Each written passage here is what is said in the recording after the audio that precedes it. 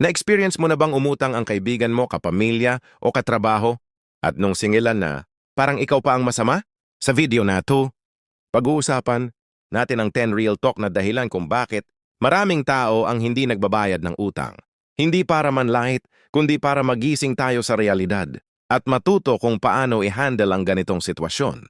1. Dahil walang disiplina sa pera, maraming umutang hindi dahil gipit talaga, kundi dahil hindi marunong mag-budget.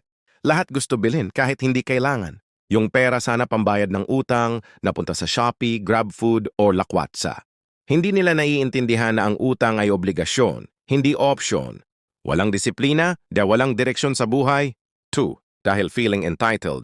Ito yung tipo ng tao na iniisip, kaibigan ko naman siya, maiintindihan niya ako. O pamilya ko naman siya, di niya ako papabayaan. Ginagamit nila ang relasyon bilang shield sa responsibilidad.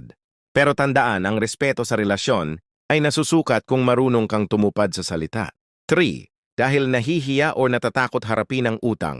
May mga taong gusto naman talagang magbayad, pero dahil lumaki na ang utang o napahiya na, iniiwasan na lang nila kaysa humarap at magsabi ng totoo. Ang problema, habang iniiwasan mo, mas lumalaki ang gap at galit. Ang solusyon, maging totoo, humarap. Ang pag-amin ay mas honorable kaysa pagtakbo. 4. Dahil sanay sa pasa mentality. Next week, bayad na ako. Promise. Pagdating ng sahod, ako na bahala. Pero ilang linggo, buwan, taon na, wala pa rin. Ang paasa mentality ay ugat ng maraming sirang tiwala. Kung di mo pa kaya magbayad, sabihin mo ng direkta kaysa magpanggap. 5. Dahil wala talagang plano magbayad, ito ang pinakamasakit. May mga tao talagang umatras sa responsibilidad. Ginamit ka, ginamit ang kabaitan mo, at pag nakuha na ang gusto nila, ghosting ang kasunod. Ito na yung mga dapat mo nang putulin sa buhay mo.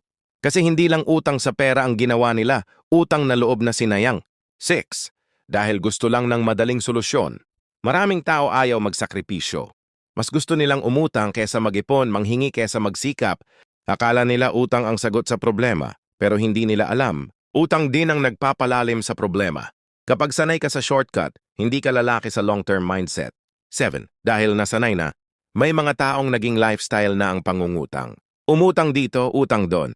Tapos bayad lang kung kailan na pressure. Naging habit na. At kapag hindi mo pinutol yan, hindi lang utang ang lumalaki, pati kakapalan ng mukha. Sorry sa term pero real talk lang. 8. Dahil hindi marunong mahiya. May mga tao talagang kapal face level, 1,000.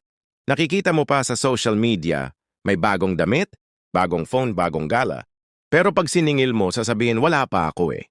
Yung tipong may pera sa luho, pero wala sa obligasyon. Hindi pera ang problema diyan, konsensya. 9. Dahil alam nilang mabait ka. Alam nilang hindi ka naniningil agad. Alam nilang tahimik ka, marupok ka sa awa. Kaya ginagawa kang option, hindi priority. Tandaan mo to, kapag lagi kang mabait kahit inaabuso ka na, hindi ka mabait, pinapayagan mo lang silang ulitin. 10. Dahil wala pa silang malalim na pagbabago sa pagkatao. Kapag ang tao walang takot sa Diyos, walang hiya sa sarili, kahit ilang beses mo pa silang tulungan, uulit at uulit yan. Dahil ang pagbabago hindi galing sa sermon o sigawan, galing yan sa konsensya. At hindi lahat may ganon.